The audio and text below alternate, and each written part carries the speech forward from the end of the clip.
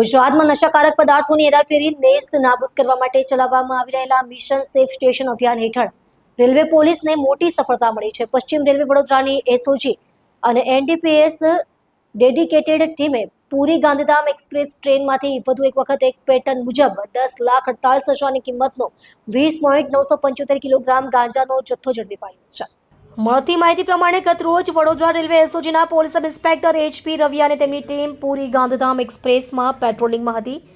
આ દરમિયાન train Bardoli station પસાર કરી સુરત તરફ આવી રહી હતી.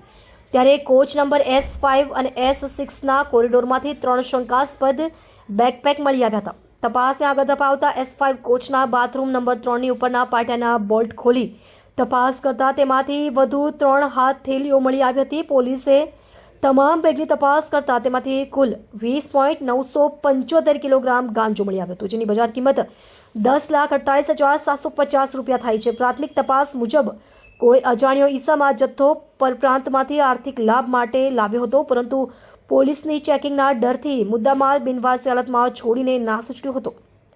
આ અંગે સુરત રેલવે પોલીસ સ્ટેશનમાં એનડીપીએસ એકની વિવિધ કલમો હેઠળ ગુનો નોંધી વધુ તપાસ હાથ ધરવામાં આવી છે. વધુ એક વખત એક પેટર્ન મુજબ ગાંજાનો જથ્થો મળતો હોય છે અને તે પણ જથ્થો બિનવારસી મળે ત્યારે આવા સવાલ રેલવે પોલીસને પૂછવામાં આવતા હોય છે. ભૂતકાળમાં રેલવે પોલીસના કેટલાક કર્મચારી આવા નેટવર્ક સાથે કનેક્શન હોવાની ચર્ચા ઉઠવા પામી હતી અને અમુક કર્મચારીને બીજા ડિવિઝનમાં બદલી થઈ છે, છતાં પણ નેટવર્ક સાથે જોડાયેલા હોય છે. આ બાબતે રેલવેના ડીજીપી ડોક્ટર KL રાવલ સમગ્ર ઘટનાની તપાસ કરાવે તો ઘણું સત્ય બહાર આવે તેવી શક્યતા છે.